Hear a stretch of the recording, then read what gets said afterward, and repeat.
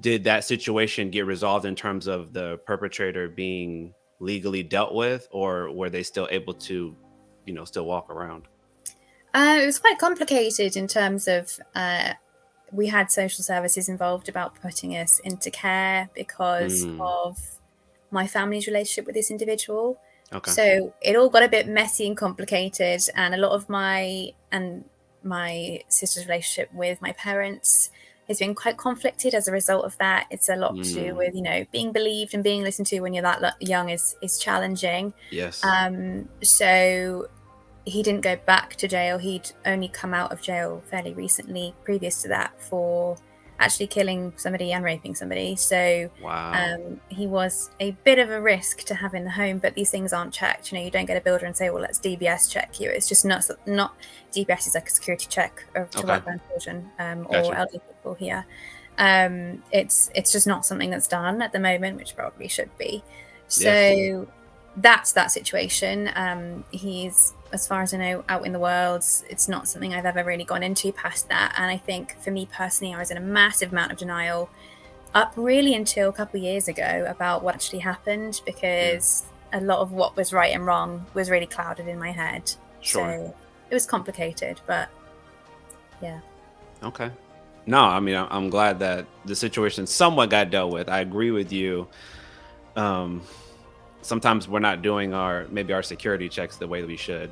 Not to pivot really too much, but your story sort of reminds me of this story. I'm located in Orlando, Florida. So there was a story here about a year ago about a young woman who was actually kidnapped and murdered in her apartment, and it was by a maintenance worker. And Mm, the reason why that was troubling and the reason why I'm bringing it up is because that person also hadn't been screened apparently, and they have obviously access to your home. yeah. And so if you're, a young woman who doesn't have anybody to necessarily protect her immediately, then that can pose significant risk. And so to your point, I think that there should be much more thorough background checks of anybody who has access to somebody's home. If you talk about a builder, same thing. Obviously, they can probably go anywhere that they want to, I could imagine. And so, taking sort of provisionary security steps, I think is very important because thinking about the outcome, I'm very big on focus on outcomes. Yeah. What you're sharing, I will admit, I haven't had to deal with as much with clients. I've had some that have definitely gone through some of these experiences, but Hmm. usually it has been familial relationships. It's people that Yeah. are close to you. And I'm not saying this person wasn't close, but this was not an actual biological, somebody you had biological lineage to. Hmm. This was just somebody who had sounds like a very close relationship with your family, working relationship with your family. But regardless, it can play a very insidious role in how we again choose to form relationships with people as we get older. So we already talked about earlier that relationship with father wasn't necessarily strong or that great. Relationship with mom wasn't necessarily that great because she was working all the time. And then this person is sort of filling in a void, if you will, Yeah. of attention, Yeah. right? Absolutely.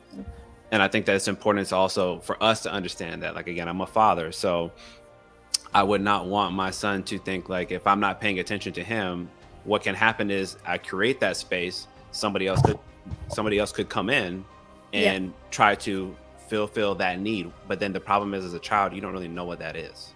Right? Yeah. You don't even Yeah. know what you're looking for. All you know is I wish my dad would talk to me, or I wish Yeah. my mom would spend time with me. I wish we would maybe sit down and have a meal. That would be awesome.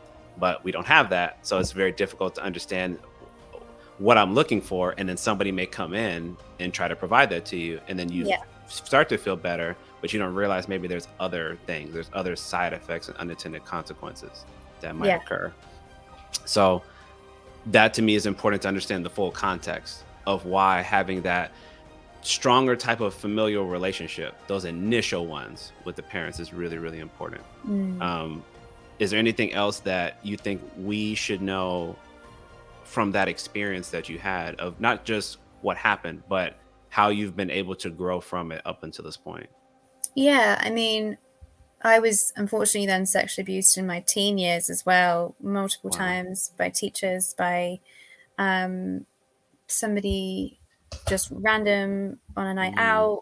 It wasn't something that ever stopped for me. It was Okay. just something pretty, I've just had to deal with it, unfortunately. Okay. My relationship with sex has been very complicated as a result. Not in the way that you'd think. I've been more hypersexual than I have been undersexual, if that's, Okay. that's the right word. And in an unhealthy way, and I put myself into dangerous situations to fulfill that, because Sure. then it goes back to then that initial need. I'm fulfilling my needs if I provide sex for somebody, because that's what I was taught at 7, 5, 6, Right. 7. That's what I was taught to do. So therefore, I'll be happy if I, do this. So Oh yes. it has Man. implications, but I with things with trauma, it's constant healing, it's constantly working on things, it's constantly being aware of things, Yeah. and having the privilege to speak to somebody to help me heal, and speak to psychologists and therapists and things to get me through that kind of stuff. Yeah, absolutely. Man, and it's I sighed for a moment because when you were sharing that that the statistic was popping into my head about the likelihood if you've been sexually assaulted once that it's more than likely going to happen again in your lifetime, and you said numerous times. So, Hmm. you fulfill that statistic, and it saddened me because of what you were mentioning, that it very much can warp your view of sex, relationships, intimacy, love. And I talk a lot about that, again, going back to our environment, what we experienced growing up. Yeah. This is by no means, and no means, a one for one parallel, but I struggled, for example, for a long time to decouple and disassociate abuse with love, physical abuse, Mm. particularly with love, because that's what I experienced when I grew up with my father. Yeah. And it's not until somebody challenges your thinking or challenges your belief system that you are forced to really confront those issues, right? Yeah.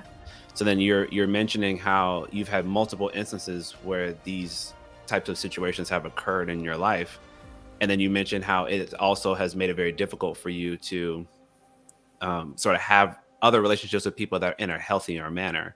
And then you Hmm. add in the added complexity of feeling hypersexualized because Yeah. you learn very young. Maybe in your mind, I don't know if you would say it in this way. Maybe you learn very young to put those two together, that sex equal love. So then let me go Yeah. get more of it. So that way I feel fulfilled in the Yeah. way that I wanted to get from my mother and my father that I didn't. Yeah. Is that Absolutely. is that fair to say? 100%. Okay. Hmm. And that's a perfect example, and I really appreciate you for sharing that, because we often don't connect those dots. We Mm. don't recognize, like, oh, I'm demonstrating very promiscuous behavior because I'm trying to fulfill this hole that I have in my heart that I really wish that my mother and father would have been there for me more. Yeah. But I Yeah. don't know how to put that into words. I don't know how to express that verbally.